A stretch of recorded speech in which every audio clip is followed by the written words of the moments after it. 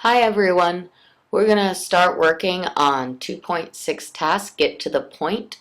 This is a develop understanding task. So please open up your modules to page 33 and underline and highlight as I go through this. Okay?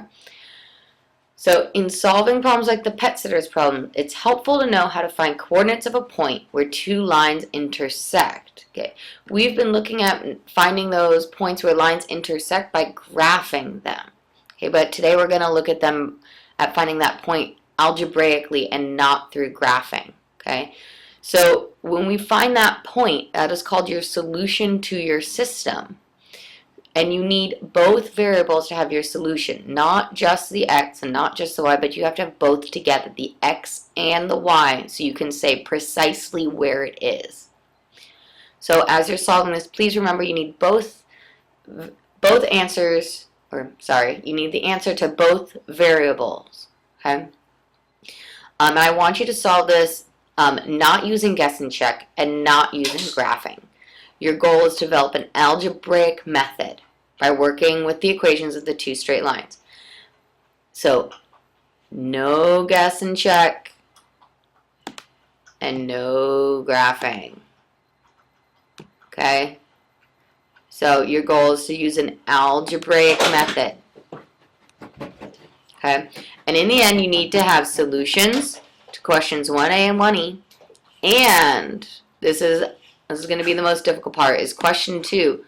Written directions your group develops for question 2. These need to be very, very clear so that anyone can read them. Maybe someone who's not of this math class, but of a lower level math class, and they could follow these directions and they could solve these type of problems. Okay, that's your goal.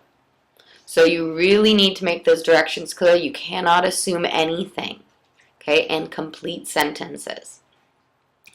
So for each of these pairs below, you need to find that point of intersection, that solution point. And don't graph, don't guess and check. Find an algebraic method.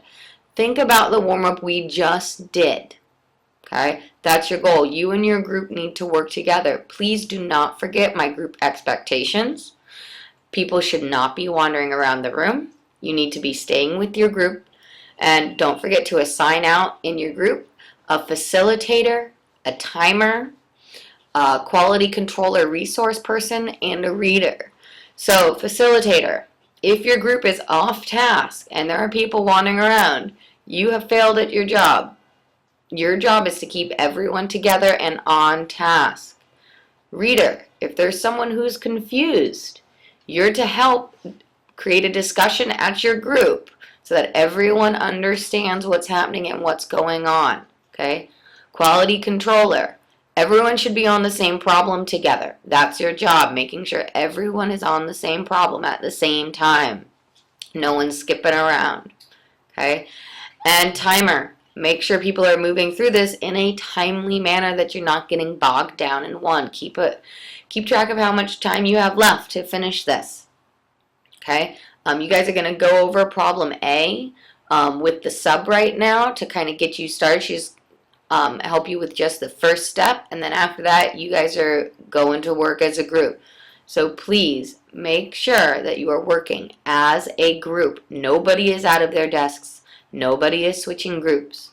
Working with your groups like you did on that group quiz last class. Okay, please stay focused. Thank you guys. See you next class.